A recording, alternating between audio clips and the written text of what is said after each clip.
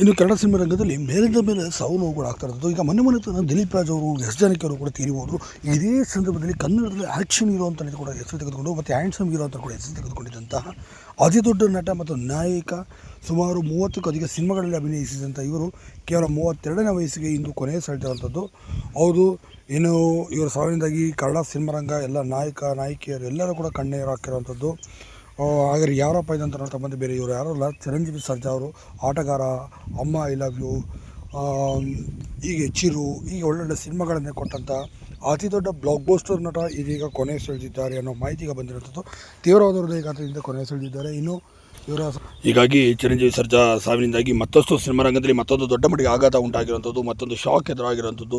Cinema ರಂಗದಲ್ಲಿ ದೊಡ್ಡ ದೊಡ್ಡ ನಾಯಕರುಗಳೇ ಸಾವನ್ನಪ್ಪುತ್ತಿರೋದ್ರಿಂದ ಚಿತ್ರರಂಗಕ್ಕೆ ಒಂದು ಭರವಸೆಡಿಲೇ ಬಡ್ದಂಗಾಗಿದೆ ಎಂಬುದು. ಹಾಗಾಗಿ ಸ್ಯಾಂಡಲ್ವುಡ್ ತುಂಬ ಕೆಳಮಟ್ಟಿಗೆ ಹೋಗ್ತಿರೋಂಥದ್ದು. ಇನ್ನು ಚಿರಂಜೀವಿ ಅವರ ಆತ್ಮಕ್ಕೆ ಶಾಂತಿ ದೊರಕಲಿ ಅಂತ ನಾವು ಕೂಡ ಕೇಳ್ಕೊಳ್ಳೋಣ. ಇನ್ನು ಮೇಘನ್ ರಾಜ್ ಅವರಿಗೆ ಕೂಡ ಧೈರ್ಯ ತುಂಬುವಂಥ ಶಕ್ತಿ ಇದೆ, ಆ ದೇವರು ಕೊಡಲಿ ಅಂತ ನಾವು ಕೂಡ ಅಂದ್ಕೊಳ್ಳೋಣ.